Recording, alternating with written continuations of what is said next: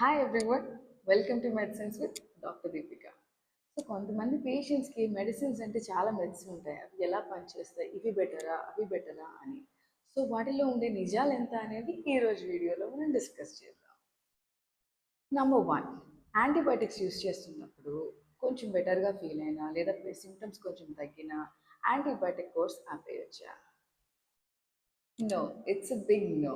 Antibiotic course అంటూ తీసుకున్నాక ఎప్పుడు కంప్లీట్ చేయాలి. యాంటీబయాటిక్ కోర్స్ మధ్యలో ఆపేయడం వల్ల ఎయిదర్ రిలాప్స్ రావచ్చు, అంటే ఇన్ఫెక్షన్ తిరిగి రావచ్చు, లేదా సెకండ్ థింగ్ యాంటీబయాటిక్ రెసిస్టెన్స్ కూడా వచ్చే ఛాన్సెస్ చాలా వరకు. All fevers need antibiotics. It's big no. ఇది చాలా మందికి ఉన్నది యాక్చువల్గా. Always remember, fever is just a symptom, not a disease.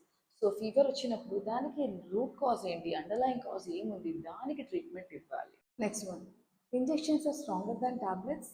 Injections tablets కన్నా బాగా పనిచేస్తాయా? నో.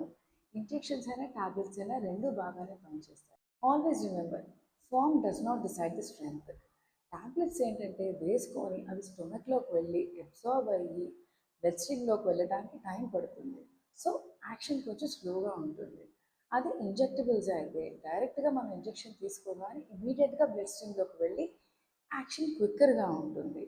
సో మైల్డ్ ఇన్ఫెక్షన్స్ అప్పుడు మనం యూజువల్గా టాబ్లెట్స్ ఇస్తాం. అదే సివియర్ ఇన్ఫెక్షన్స్ కానీ లేదా ఏమైనా ఎమర్జెన్సీస్ కానీ లేదా సర్జరీస్ ఉన్నా ఇమీడియట్గా యాక్షన్ కావాలి అంటే మనం ఇంజెక్షన్స్ ఇస్తాం. సో రెండు బాగానే పనిచేస్తాయి. Is it okay to share your medicines with your family and friends? ఇప్పుడు డాక్టర్ మనకు ఒక ట్రీట్మెంట్ ఇచ్చినప్పుడు ఒక థరో డయాగ్నోస్ చేసి మనకి ఆ ట్రీట్మెంట్ ఇస్తారు. సో మనం ఈ డ్రగ్స్ వేరే వాళ్ళకి ఇస్తున్నప్పుడు వాళ్ళ సిమ్టమ్స్ ఏమైనా డయాగ్నోసిస్ వేరే అయ్యి ఉండొచ్చు.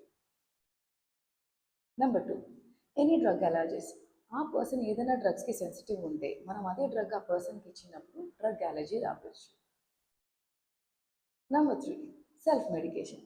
ఇలా మన మెడిసిన్స్ ఇంకోళ్ళతో షేర్ చేసుకోవడం వల్ల మనం సెల్ఫ్ మెడికేషన్ని ఎంకరేజ్ చేస్తున్నట్టే. And we all know self medication is never safe and will always end up in complications and side effects. ఎక్కువ మెడిసిన్స్ తీసుకోవడం వల్ల త్వరగా సిమ్టమ్స్ తగ్గిపోతాయా?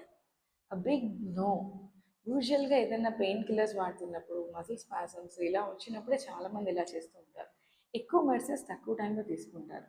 దానివల్ల పేషెంట్ ఓవర్డోస్ చేసుకుంటాడు కానీ సిమ్టమ్స్ అయితే తగ్గవు. ఇన్ఫ్యాక్ట్ సైడ్ ఎఫెక్ట్సే ఎక్కువ. It can be dangerous and life threatening two. I hope this video helps, and if you like my video, please hit that like button, share and subscribe to my channel.